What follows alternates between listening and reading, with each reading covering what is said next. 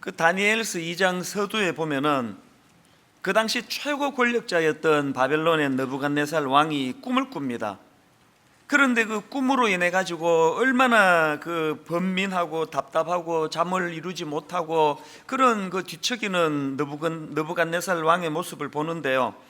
그 지난 특세 때도 잠깐 말씀을 드렸지만 자기 말 한마디로 사람을 죽이기도 하고 살기도 하던 그 어마어마한 권력을 가지고 있는 사람이 그 꿈 때문에 번뇌하고 잠을 이루지 못하는 그런 뒤척이는 모습을 보면서 이게 인간이라는 거예요. 뭐 엄청 대단한 것처럼 그렇게 자기를 과시하지만 이렇게 약한 게 인간 아니겠습니까? 어쨌든 그 최고 권력자 느부갓네살 왕이 그 꿈 때문에 번뇌하고 그리고 또 그 꿈을 풀이를 못한다는 이유로 바벨론의 수많은 점성가들과 마술사들이 죽임을 당하는 그런 사건이 벌어지는데요. 오늘 본문은 그런 상황에서 이제 다니엘이 이제 하나님의 은혜로 이제 그 느부갓네살의 꿈의 내용과 그 꿈을 잘 이제 풀이하는 그런 내용을 다루고 있습니다. 다니엘의 설명을 들어보니까 느부갓네살 왕이 꾼 꿈에 거대한 신상이 등장을 하는데요. 그 신상의 머리는 순금으로 되어 있고 가슴과 팔은 은, 그리고 배와 넓적다리는 놋쇠로 되어 있고 무릎 아래는 쇠, 그리고 발은 진흙과 쇠가 뒤섞여 있는 그런 그 아주 희귀한 모양을 하고 있습니다. 그런데 갑자기 돌 하나가 날아와 가지고는 이 거대한 신상을 부셔버리는데요. 그리고는 그 돌이 온 세상을 가득 채우는 그런 내용의 꿈입니다. 다니엘이 이런 꿈의 내용을 설명하고는 이제 그 꿈을 이제 풀이해 주는데요. 금으로 된 그 신상의 머리는 느부갓네살 왕을 상징하는 것이고, 그리고 이제 나머지 부분들은 앞으로 등장하게 될 그 나라들이라고 그렇게 해석을 해 줍니다. 사실 오늘 본문에 나오는 이 다니엘의 이 꿈풀이는요, 지금까지도 학자들이 여러 갈래로 해석이 분분합니다. 어느 해석이 정확한지는 하나님만 아시겠죠. 그러나 사실은 그런 깊은 어떤 그 학자들의 해석이 아니라도요, 그 느부갓네살이 꾼 꿈의 내용을 보면은 이게 하나님이 한 두 가지 메시지를 말씀하기 원하시는구나 금방 알 수 있습니다. 하나는 뭡니까? 이 세상 나라는 어마어마한 그 신상처럼 화려하고 거대해 보이지만 그러나 결코 영원하지 않다는 거예요. 그런가 하면은 또 한 가지 메시지가 뭘까요? 하나님께서 이 주권적으로 이 세상 나라를 심판하시고 영원한 하나님 나라를 세울 것이다. 그런 메시지가 담겨져 있는 게 그 느부갓네살의 그 꿈의 내용이거든요. 근데 저는 지난 여름서부터 이 다니엘서를 쭉 묵상을 하면서 특히나 오늘 그 본문에 나오는 이 거대한 신상으로 상징되는 그 세상 나라를 이 본문에서 제가 그 묵상을 하면서 오늘 본문에서 그 거대한 신상으로 상징되는 이 세상 나라와 관련한 두 가지를 제가 발견을 했는데요. 첫 번째가 뭐냐? 여러분, 이 본문에 나오는 거대한 신상으로 표현되는 이 세상 나라는 아주 겉은 화려하고 대단한 것 같지만 이게 사실은 기초가 부실한 나라예요. 31절에 얼마나 대단합니까? 세 번역으로 임금님은 어떤 거대한 신상을 보셨습니다. 그 신상이 임금님 앞에 서 있는데 그것은 크고 그 빛이 아주 찬란하며 그 모습이 무시무시하였습니다. 아마 보기만 해도 위압적이에요. 그런데 여러분, 이렇게 겉으로 보기에 대단한 것 같지만 이게 얼마나 부실하냐? 자, 32절 33절을 보십시오. 그 우상의 머리는 순금이요, 가슴과 두 팔은 은이요, 배와 넓적다리는 놋이요, 그 종아리는 쇠요, 그 발은 얼마는 쇠요, 얼마는 진흙이었나이다. 보니까 점점 갈수록 부실해지는 것도 특징이고요. 무엇보다도 이 어마어마한 그 신상을 이게 떠받치려고 하면은 그 발이 얼마나 그게 그 기초가 튼튼해야 되겠습니까? 그런데 보니까 그 발이 쇠하고 진흙을 섞어서 만든 거예요. 딱 봐도 이게 부실한 게 느껴지지 않습니까? 저는 오늘 본문에 나오는 이 거대한 그 신상이 이 세상 나라를 의미한다는 그 내용을 묵상을 하다가 그 삼풍백화점이 불쑥 떠올려졌는데요. 삼풍백화점 기억나십니까? 1995년도에 그 백화점이 붕괴가 돼가지고 1000명 이상의 사망하고 실종하고 하는 정말 이 충격적인 그런 사건이 일어난 게 삼풍백화점인데요. 그 사건이 1995년도에 일어났고요. 그 사건이 있기 2년 전에 무슨 일이 있었나? 93년도에 제가 장가를 갔습니다. 그 삼풍백화점과 저 사이에 얽힌 참 가슴 아픈 그 사건이 하나 있는데요.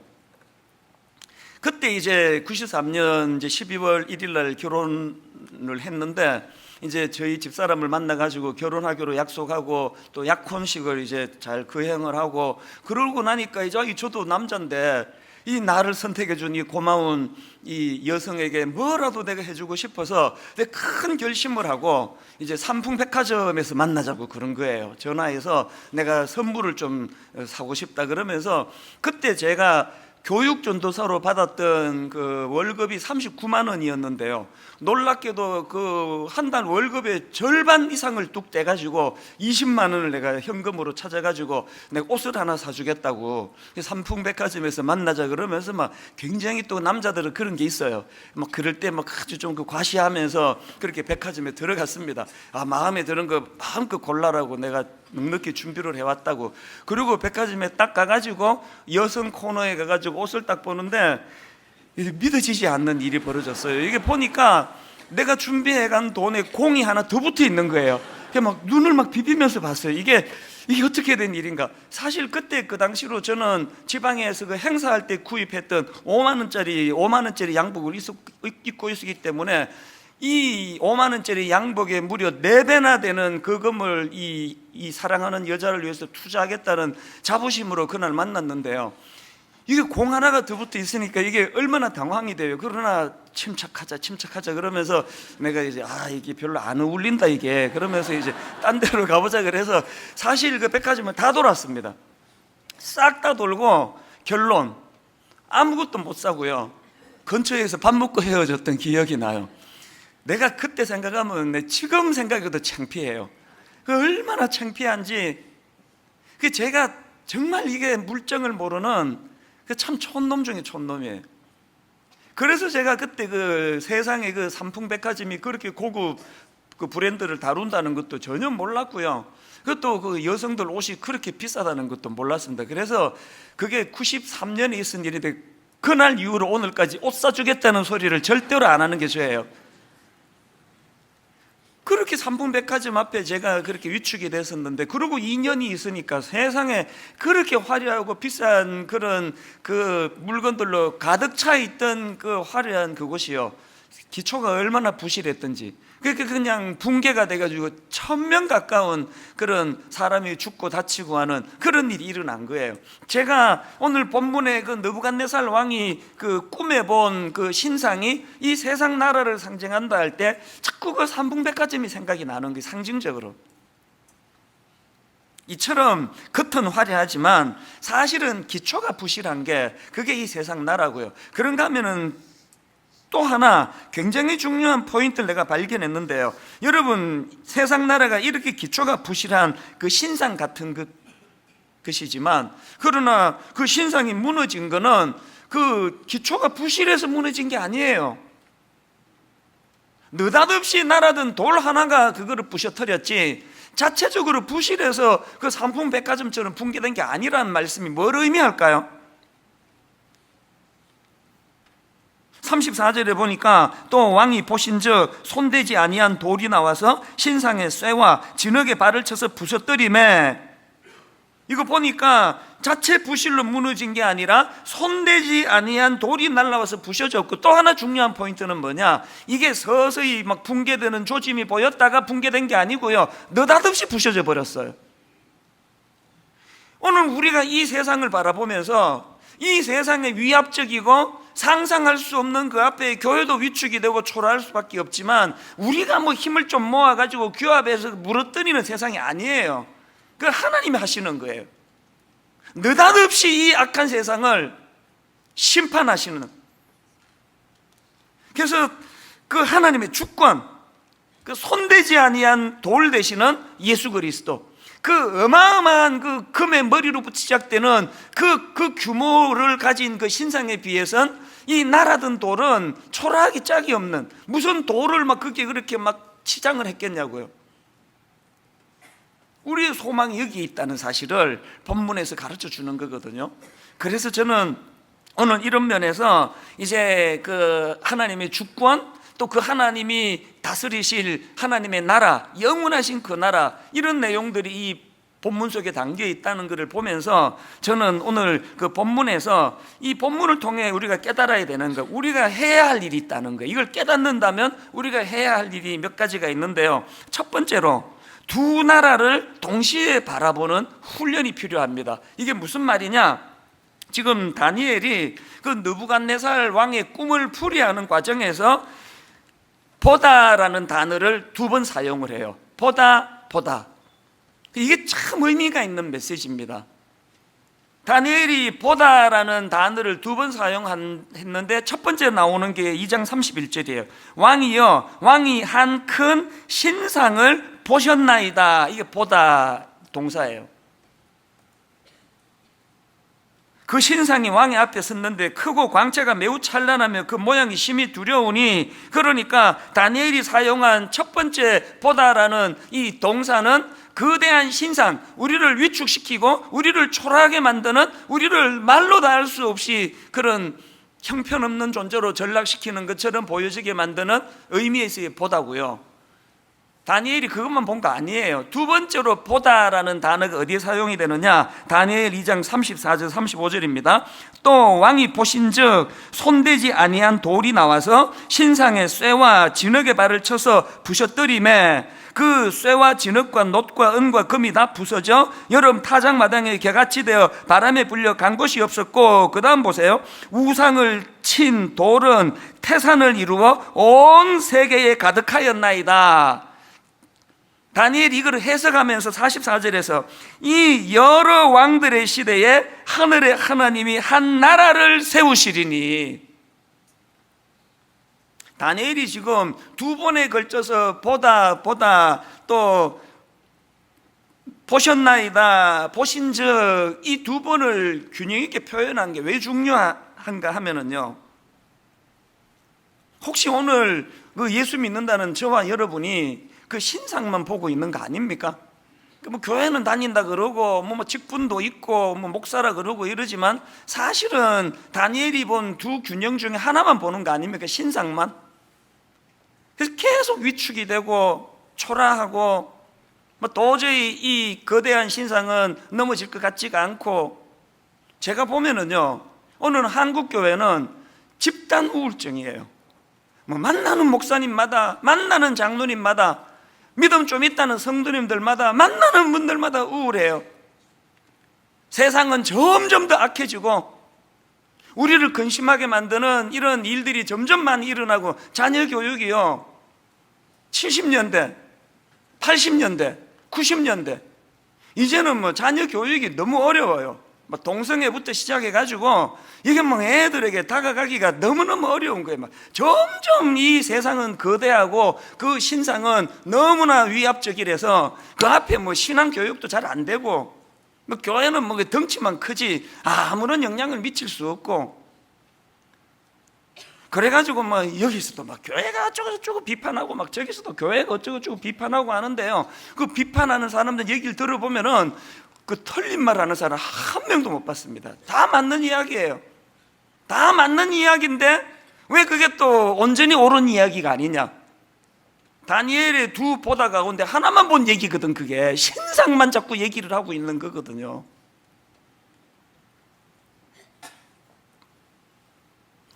분당 우리 교회를 처음에 개척하고 나니까 진짜 신상밖에 안 보이더라고요.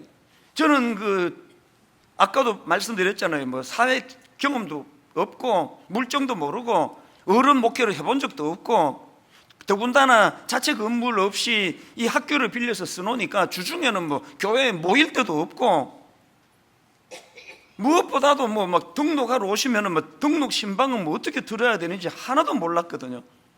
장례식 같은 것도 뭐 제대로 치러본 적이 없이 교회를 개척을 했으니까요. 그게 너무 위축이 되더라고요. 근데 참 놀랍게도 그 하나님이 저를 또 이 교회를 너무 사랑하시는 게요. 그래서 이제 주중에 여기 뒤에 바로 요 뒤에 창고를 이제 학교가 고맙게도 우리 사무 공간으로 내줬는데요.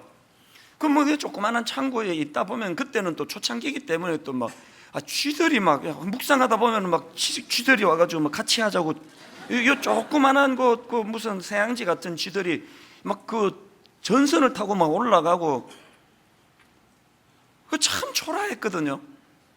그래서 이제 점심 먹고 마음은 답답하고 눈앞에 신상만 보이고 그러니까 이제 아무도 없는, 또 저기는 애들 수업하니까 나가지도 못하고, 그럼 여기서 이제 그 도시락 먹고는 여기 와가지고 아무도 없는데 요 가운데에 혼자 그냥 멍하게 많이 앉아 있었거든요.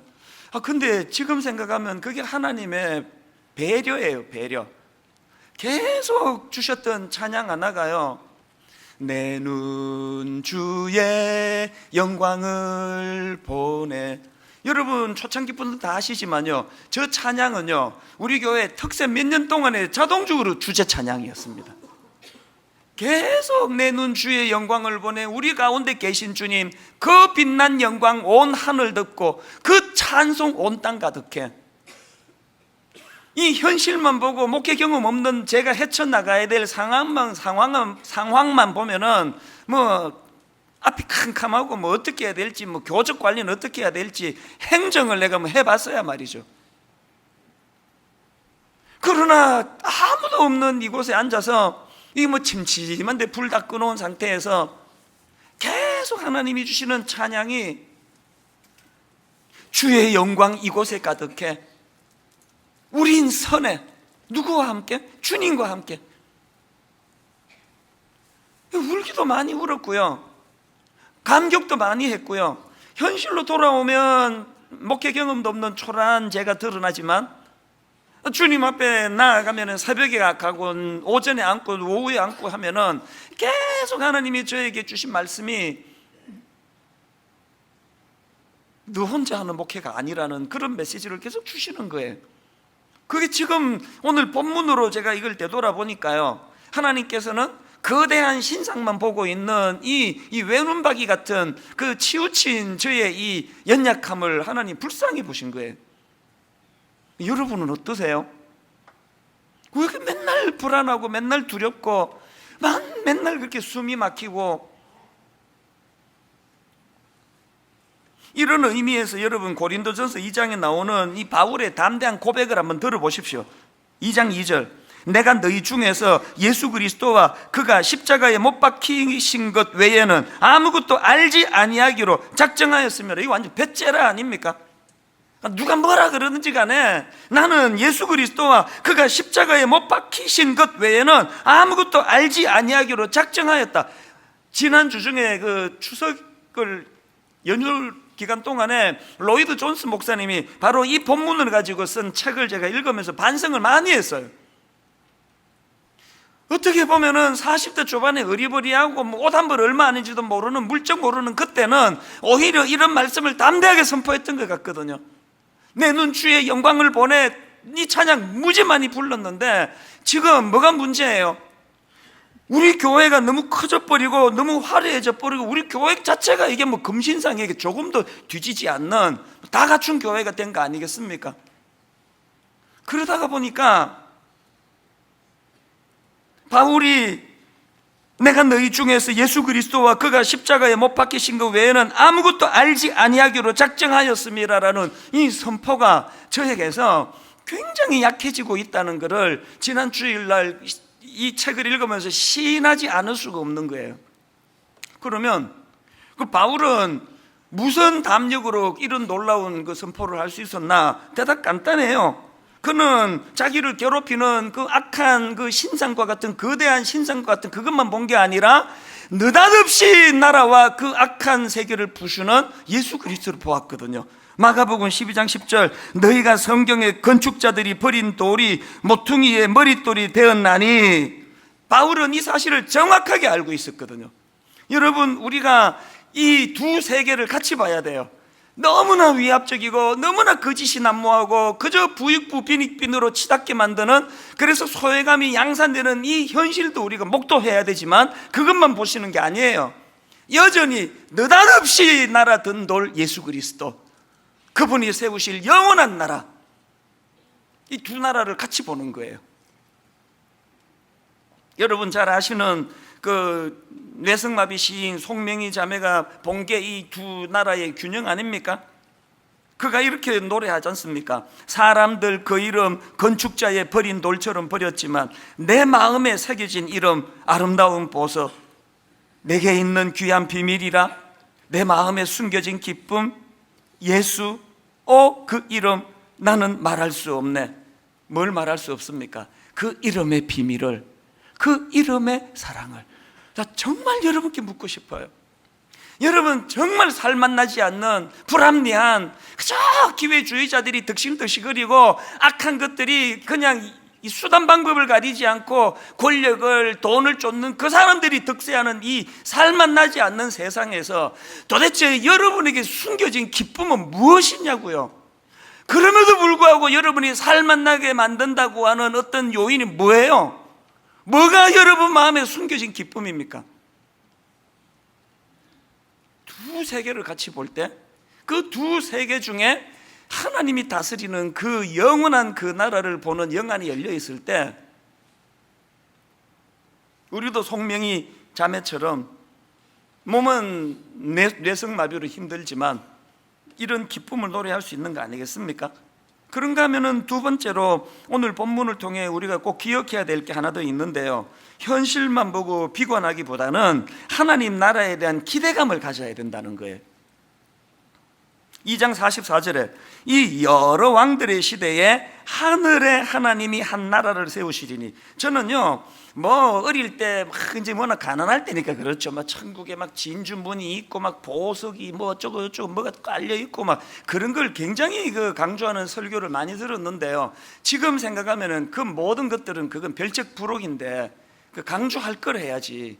하나님 나라가 뭐 막 보석으로 돼 있고, 나 보석 별로 안 좋아하거든요. 나는 우리가 꿈꿔야 되고 우리가 사모해야 되고 우리가 기대해야 되는 하나님 나라는 그렇게 이 세상에서 누리지 못하는 막 휘황찬란한 막 금신상보다 더 엄청난 게 있어서가 아니고요, 뭐 이유는 딱 하나예요. 왜 우리가 하나님 나라를 그렇게 기대해야 되느냐? 2장 44절 다시 들어보세요. 이 여러 왕들의 시대에 누가 세웁니까? 하늘에 하나님이 한 나라를 세우시나니.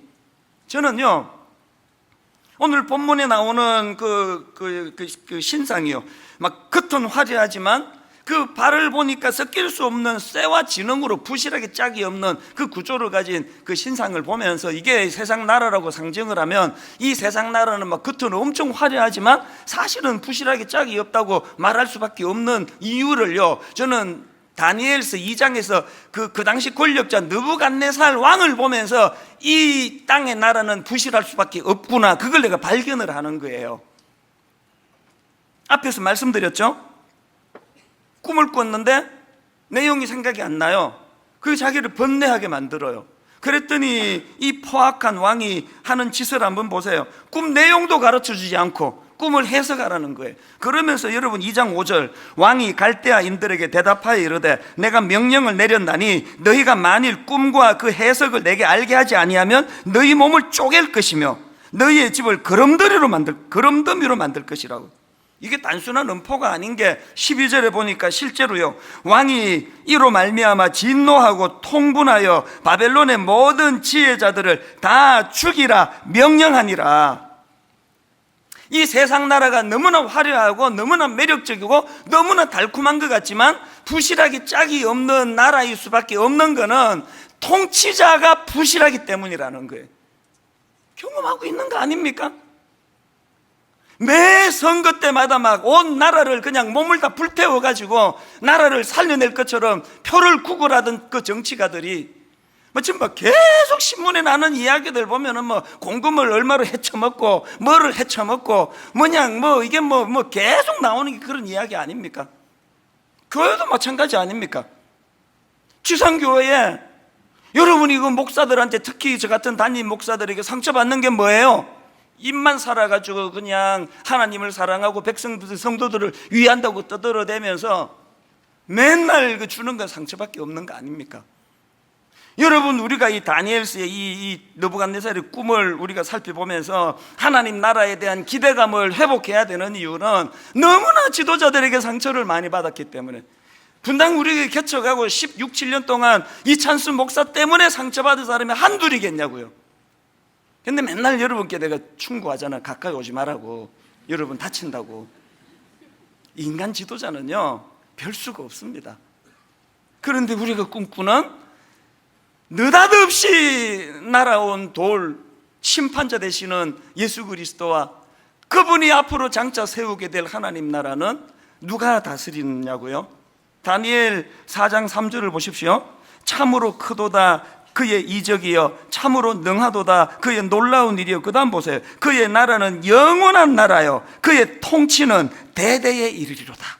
하나님이 다스리시는데요, 그 하나님이 어떤 분이시냐? 시편 99편 4절. 능력 있는 왕은 정의를 사랑하느니라. 주께서 공의를 견고하게 세우시고 주께서 야곱에게 정의와 공의를 행하시나이다.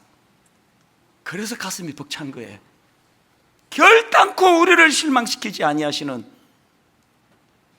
공의로 우리를 다스리실 그분, 세상에서 이런 것 때문에 억울한 일 당하고 상처를 많이 받으면 많이 받을수록, 그래서 예수님께서 공생애를 시작하시면서 일성이 바로 회개하라 천국이 가까웠느니라. 하나님 나라예요. 하나님 나라. 제가 이 다니엘서를 공부하면서 내가 반성하고 회개하는 게 뭔지 아십니까? 누구보다 그 잘 알거든요. 우리 기독교는요 은발에 오줌 누는 종교가 아니에요. 막 그 은발에 막 그냥 오줌 넣어가지고 일시적으로 위로하고 뭐 그렇게 하는 종교가 아니거든요. 우리 기독교는요 하나님 나라를 꿈꾸게 하는 거예요. 눈으로는 신상이 보이지만 느닷없이 이 악한 세상을 부셔버리는 예수 그리스도, 돌 대신 예수 그리스도, 떠인 돌 대신 예수 그리스도를 바라보게 하는 게, 그게 신앙생활. 내가 이걸 잘 알지만 뭘 내가 반성하느냐? 이 담임 목사는요 현실을 보잖아요. 막 끊임없이 보고가 들어오는 게 어느 권사님이 지금 암 4기랍니다. 그렇게 다정해 보였는데 그 부부가 이번 주 이혼한다고 그러네요. 그 집 아들이 뭐 뉴욕에 유학을 갔다가 이런 가슴 아픈 변을 당했습니다. 뭐 계속 들려지니까요. 제가 이제 막 이 하나님 나라를 선포해야 되겠다라고 준비하는데 뭐 눈에 보이는 게 아픔이니까 계속 설교하면서 마음이 약한 거예요. 그래가지고 권사님 오늘 설교 들으시고 힘내세요. 눈물 닦아주신 하나님을 바라보세요. 이 자꾸 그 설교가 이 땅에서의 위로가 많아지는 거예요. 제가 이걸 내가 이를 악물고 내가 다음 주일에는 내가 정말 내가 하나님 나라를 내가 선포해야 되겠다고 설교하는데 보이면 그게 안 돼요. 또 저렇게 또 그냥 막 얼마나 힘들면 저런 우거지상을 하고 웃겨도 웃지도 않고 저렇게 하고 앉아 있을까, 그러면 자꾸 이렇게 현실적으로 위로하게 되는 설교가 많아요. 그래서 저는 AI 인공지능까지 로봇이 이제 막 그런 데 신경 안 쓰고 정답만 설교할 수 있는 그런 AI 로봇이 설교하는 그날이 오면은 뭐 지금 뭔 소리 하는지 잘 모르겠는데요. 우리 모두가 다 약해서 그러지만 답은 알고 있어야 돼요. 은발에 오줌 누는 종교 아닙니다. 지금 내 아픔을 지금 위로받고 힘내게 하는 종교가 아니에요. 눈에는 위압적인 신상이 보이지만, 지금은 보이지 않지만 느닷없이 이 약한 세상 나라를 패하시고 주님 다스리는 영원한 나라를 꿈꾸며 소망하게 만드는, 그게 우리 신앙인 줄 믿으시기를 바랍니다.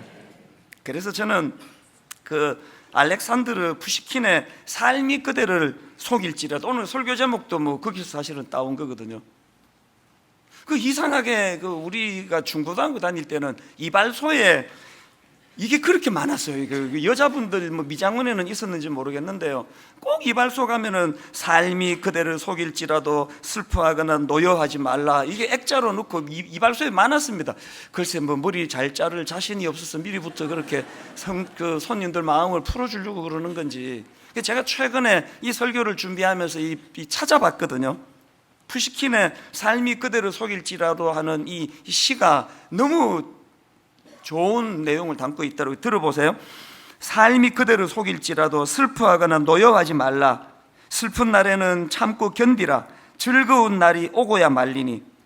마음은 미래를 바라니 현재는 한없이 우울한 것. 모든 것 하염없이 사라지나 지나가 버린 것 그리움 되리니. 삶이 그대로 속일지라도 노여워하거나 서러워하지 말라. 절망의 날 참고 견디면 기쁨의 날 반드시 찾아오리라. 제가 최근 이거 읽으면서요, 이 푸시킨이 다니엘서 읽다가 영감을 얻어서 쓴 시 같아요. 삶이 그대로 속일지라도 노여워하거나 서러워하지 말라. 절망의 날 참고 견디면 기쁨의 날 반드시 찾아오리라. 오늘 본문을 이것만큼 잘 요약해 놓은 게 없습니다. 두 나라를 볼 수 있는 영안이 열려지시기를 바랍니다. 그리고 우리가 꿈꾸는 건 이 땅에 은발에 오줌 누는 게 아니에요. 일시적으로 이 아픔을 잠깐 멈추게 하고, 그게 아니에요. 하나님 다스리는 그 나라를 사모하고 꿈꾸는 이게 신앙이라는 것. 마지막 세 번째로요, 기억해야 될 게 하나 더 있습니다. 다니엘처럼 이 땅에서 맡겨진 역할을 잘 감당하는 거, 그게 우리가 할 일이에요. 여러분, 다니엘이 하나님의 뜻을 발견하고 느부갓네살의 꿈을 보다 하나는 그 세상의 그 위압적인 그 신상을 보는데 이 단어를 사용하고, 또 하나는 느닷없이 이 세상 나라를 심판하시는 그 떠인 돌 되시는 그 예수 그리스도를 우리는 이제 알고 있잖아요. 그거를 상징하는데 이 보다의 균형을 다니엘이 갖고 있다가 보니까 그것이 다니엘로 하여금 담대함을 주는 거예요. 그 포악한 느부갓네살 앞에 나가가지고 위축되지 않고 말씀을 전하는 사명자의 모습을 그가 보여주는 거 아닙니까? 오늘 우리도 마찬가지예요. 저는 그 2주 전에 그 암살자라는 그 영화, 그 이정재라는 분이 맡았던 그 변절한, 그래서 뭐 해방이 이렇게 빨리 올 줄 몰랐지, 그 이야기를 드렸는데요. 사실은요, 그 암살이라는 영화에서 제 마음에 진짜 그 좌표가 되는 대사가 하나 있습니다. 그 배경은 제가 지금 기억이 안 나는데요, 이제 그 독립군 그 전지현 씨라고 하는 뭐 어마어마한 그런 예쁜 여주인공이 이제 그 독립군 역할을 맡았는데요, 무언 일로 이제 좀 약간 이제 그 시시한 어떤 사람하고 이제 옥신각신하는 그런 내용인데요, 이런 대사가 있더라고요. 솔직히 조선군 사령관하고 강인국을 죽인다고 독립이 되나? 이제 여자 독립가 주인공인 이분에게 이제 이렇게 시비를 거는 거예요. 여기 나오는 뭐 조선군 사령관은 그 일본 그 고급 장교를 말하는 거겠고요. 강인국이라는 사람은 이제 친일파 같아요. 그러니까 민족의 피를 빨아먹는 친일파인데, 이제 이 두 사람을 이제 암살해야 된다고 하니까 한 내용 같아요. 다시 들어보세요. 솔직히 조선군 사령관하고 강인국을 죽인다고 독립이 되나? 그렇게 도발적인 질문을 던지니까요, 여주인공이 동문서답을 해요. 이렇게 이야기합니다. 그 말을 받아가지고, 우리 만주에서는 지붕에서 물이 새거나 벽이 부셔져도 고치지 않았어. 왜? 곧 독립이 되면 고향으로 돌아갈 텐데 뭐하러 고치겠어? 이런 동문서답 같은 이야기를 하고 그 다음에 답을 이야기해 주는데, 그 다음 들어보세요. 이 둘을 죽인다고 독립이 되냐고? 모르지. 그렇지만 알려줘야지. 우린 계속 싸우고 있다고. 돈 때문에 뭐든지 하는 당신처럼 살 수는 없잖아. 이 둘을 죽인다고 독립이 되냐고? 모르지. 그렇지만 알려줘야지. 우린 계속 싸우고 있다고. 돈 때문에 뭐든지 하는 당신처럼 살 수 없잖아. 여러분들이 저 같은 목사에게 상처를 받는 건 딱 하나 아닙니까?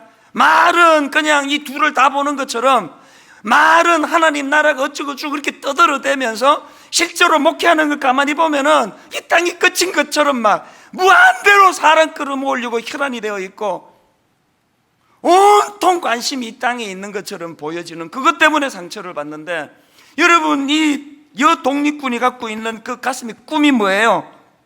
우리 만주에서는 지붕에서 물이 새거나 벽이 부셔져도 고치지 않았어. 왜? 곧 독립이 되면 고향으로 돌아갈 텐데 뭐하러 고치겠어? 저는 이 대사가 귀에서 계속 쟁쟁거리는 거예요.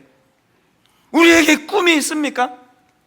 여러분, 이 불합리한 세상에서 그렇게 떵떵거리고 잘 못 사는, 그리고 제대로 믿어보려고 하다가 실패하고 손해보는 그런 억장이 무너지는 현실 속에서 우리 이렇게 대사를 외울 수 있습니까? 지금 우리가 살고 있는 이 땅은 만주라는 게 만주. 곧 주님 다스리실 영원한 나라가 도래하면 미련 없이 털고 주님 나라로 가야 되는데, 이거 지붕 좀 새는 거 고치는데 에너지를 허비하고 싶지 않다는 거 아닙니까? 그 둘 처단에서 독립이 되는 건 아니지만, 그렇지만 알려줘야지 우린 계속 싸우고 있다고. 우리가 가져야 되는 메시지 아니겠습니까? 한 가지 말씀만 드리고 오늘 설교를 마무리하려고 하는데요, 2주 전에 그 특세 기간에 저는 이 집에서 이제 애들도 뭐 입시생도 있고 여러 가지로 이제 막 그 방해되는 요소가 많아서 특세 기간에 이제 혼자 지냈습니다. 그 선교관, 이제 우리 교회에 선교관이 있거든요.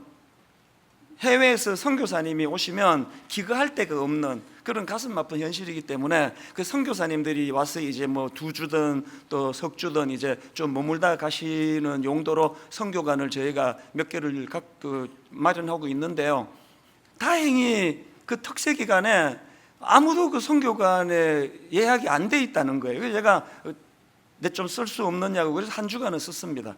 그리고는 뭐 방해하는 사람이 없으니까 특세 내내 한 8시나 9시 돼서 잠이 들면은 한 12시나 1시쯤 일어나서 이제 설교를 집중이 너무 잘 되거든, 그 시간이. 진짜 신기하게요, 마지막 날이에요, 마지막 날. 토요일 날 이제 동판 나눠주고 뭐 이게 특세 다 끝나고, 그리고는 이제 마지막으로 그 선교관에서 토요일 저녁에 또 초저녁에 자고, 그때도 밤 한 12시쯤 일어난 것 같아요. 그리고는 이제 그게 그 설교 준비, 그 빼앗긴 들여도 봄은 오는가, 그 설교를 이제 마무리를 하고 있는데요, 한 새벽 3시 전후예요. 바깥에서요 목소리가 애떠요. 들어보니까 그 청년인 것 같은데요, 그 술이 취했어요. 막 얼마나 큰 소리로 그 절규하듯이 소리를 지르는지 뭐라고 막 소리를 지르는데요, 제가 딱 2마디가 들려졌어요. 나 좀 내버려 두라고, 나 좀 내버려 두라고. 이거를 막 계속 반복해서 이야기를 하고요. 나 좀 내버려 두라고. 그리고 또 이 청년이 술에 취해가지고 절규하는 한마디가 더 있었는데요, 왜 맨날 나만 이러냐고, 왜 맨날 나만 이러냐고, 왜 나만 갖고 그러느냐고. 제가요 설교 준비하다가 너무 마음이 아팠어요. 제가 누군지를 보려고요 창문으로 이제 우리 교회에서 쓰고 있는 선교관이 오피스텔이니까 이게 바깥이 보이는데, 이게 봐도요 이게 새벽이라서 그 공명이 잘 돼서 멀리 있는데 들린 건지 어쩐지 안 보여요.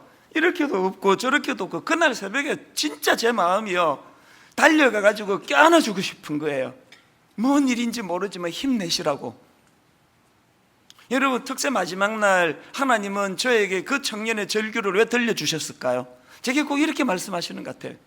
네가 진짜 보고에 그 신상만 보는 외눈박이가 아니라면 오늘 이 세상에 눈앞에 보이는 신상만 보고, 특히 우리 젊은이들 취직도 안 되고 이런저런 좌절이 많고 상함이 많은 절망한, 그래서 밤 3시에 술 먹고 소리를 지르는 저런 청년들에게 네가 느닷없이 이 불합리한 세상 나라를 부셔버리는 예수 그리스도를 보여줘야 되는 거 아니냐.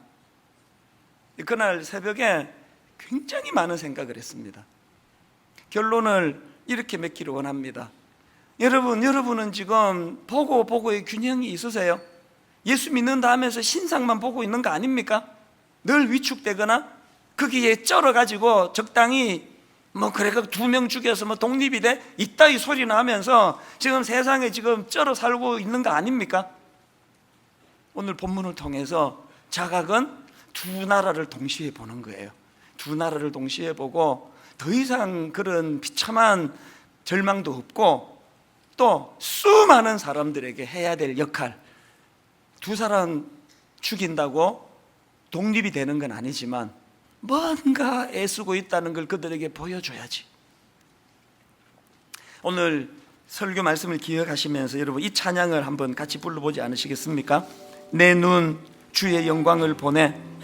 우리 가운데 계신 주님, 눈에는 거대한 신상밖에 보이지 않아 위축이 되는 인생이지만 영안은 열고 느닷없이 날아온 돌 되시는 그 주님을 나도 바라보기 원합니다.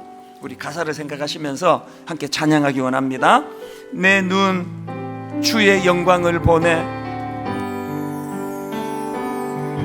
내 눈 주의 영광을 우리 가운데 계신 주님, 여러분 보고 계십니까? 그 빛난 영광 온 하늘 덮고 그 찬송 온 땅 가득해. 여러분 보고 계십니까? 내 눈 주의 영광을 보내. 찬송 가운데 서신 주님, 주님의 얼굴은 온 세상 향하네. 권능의 팔을 드셨네. 주의 영광 이곳에 가득해. 여러분 보고 계십니까? 우린 선의 주님과 함께 찬양하며 우리는 전진하리. 모든 열방 주 볼 때까지 주의 은혜 이곳에 가득해. 여러분 보고 계십니까? 우린 선의 주님과 함께 찬양하며 우리는 전진하리. 모든 열방 주 볼 때까지.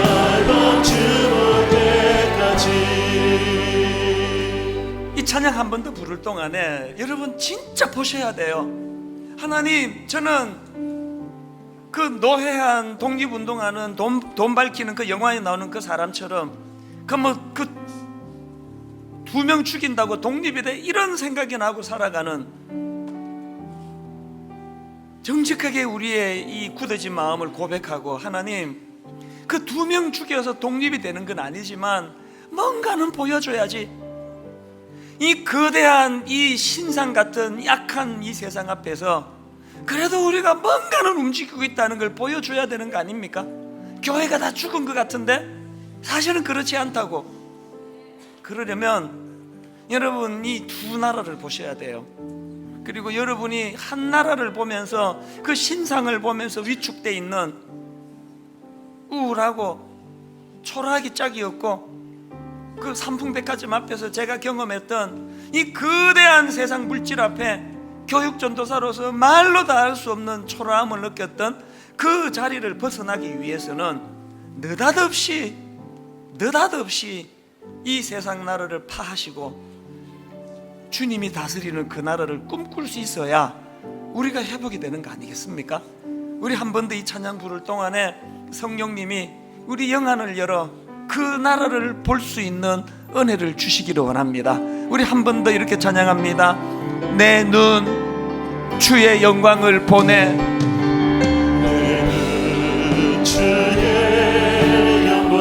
여러분 보이세요? 우리 가운데 계신 주님, 여러분 보고 계십니까? 그 빛난 영광 온 하늘 덮고 그 찬송 온 땅 가득해. 여러분 보고 계십니까? 내 눈 주의 영광을 보내. 찬송 가운데 서신 주님,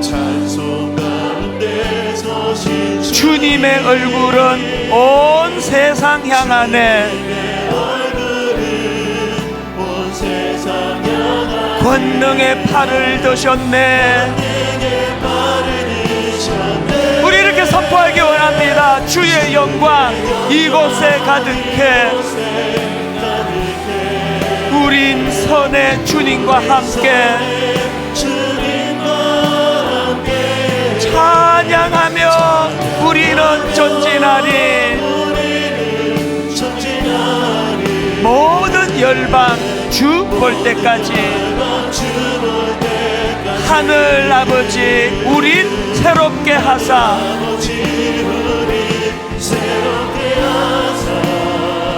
열방 중에서 주를 섬기게 하소서. 선포하십시오.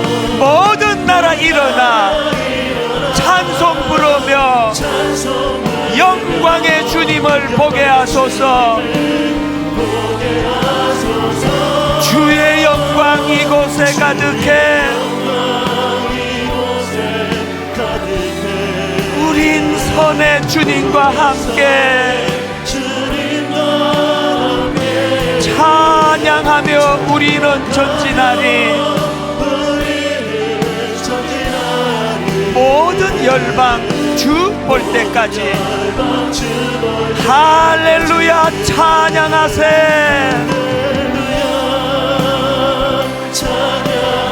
내 모든 죄 사함받고 주 예수와 동행하니 그 어디나 하늘나라. 우리 다 자리에서 일어나셔서 할렐루야 찬양하세. 내 모든 죄 사함받고. 여러분 보이세요? 주 예수와 동행하니 그 어디나 하늘나라. 우리 한번 통성으로 기도할 때, 아버지 이번 한 주간 동안도 내 눈에 거대한 신상만 보이고 그 앞에 위축되고 초라하고 보잘것없는 나 자신으로 열등감에 빠지고 우울한 한 주간이 아니라 오늘 아버지 영안을 열고 느닷없이 그 나라를 부셔뜨리는 그 주님을 바라보기 원합니다. 그 주님이 다스릴 그 나라를 꿈꾸기 원합니다. 그 꿈꾸는 주님 나라로 말미암아 내 모든 상처가 치유되기 원합니다. 우리 통성으로 같이 기도하시겠습니다. 살아계신 하나님 아버지, 오늘 말씀 앞에 아버지 순종하며 나가기를 원합니다. 하나님, 내 눈앞에 거대한 신상이 버티고 있는데 너무나 위압적이고 너무나 화려하고 아버지 너무나 불합리한 그 거대한 신상 앞에 작고 초라한 나 자신을 우울한 마음으로 바라보며 살아온 저희들을 하나님 불쌍히 여겨주시기를 원합니다. 느닷없이 날아온 돌 예수 그리스도를 보는 눈을 허락하여 주시기 원합니다. 느닷없이 날아와 이 악한 아버지 시대를 파괴시킬 그 주님을 바라보기 원합니다. 하나님 나라를 소망하며 하나님 나라를 꿈꾸며 나가기를 원하오니 하나님 그 길로 인도하여 주시옵소서. 아버지를 인도하여 주시기 원합니다. 아버지를 날마다 새로운 은혜로 인도하여 주시기 바랍니다. 하나님 아버지, 세상 앞에 우리가 얼마나 초라한지요. 너무나 작고 너무나 보잘것없고 늘 경제적인 어려움 때문에 자녀 문제, 또 이 거대한 세상 앞에 잘 적응하지 못하는 것 때문에 새벽 3시에 술이 취해 소리 지르며 절규할 수밖에 없는 이 시대 앞에 아무것도 사명을 감당하지 못하는 작고 초라한 우리의 모습을 주님 앞에 회개하기 원합니다. 두 나라를 동시에 볼 수 있는 영안을 주시기를 원합니다. 두 나라를 동시에 볼 때에만 내 자금의 문제가, 아버지 내 열등감의 문제가, 내가 갖고 있는 여러 가지 상함이 치유되는 줄로 믿습니다. 우리 상함을 치유해 주시며 하나님 아버지 공의로 다스려 주실 그 나라, 그 하나님 나라를 생각하며 이 땅에서 받았던 억울한 것들, 마음이 상하게 만들었던 것들, 그런 것들이 치유될 그날을 꿈꾸며 나가기를 원합니다. 그런가 하면은 너무나 마음이 상해 있는 수많은 우리 시대의 이 땅의 사람들을 보면서 새벽 3시에 아버지 울분으로 소리를 지를 수밖에 없는 그 젊은이들을 향해서 오늘도 그 하나님 나라를 보여주고 소개해주는 사명을 감당하는 저희들 되게 하여 주시옵소서.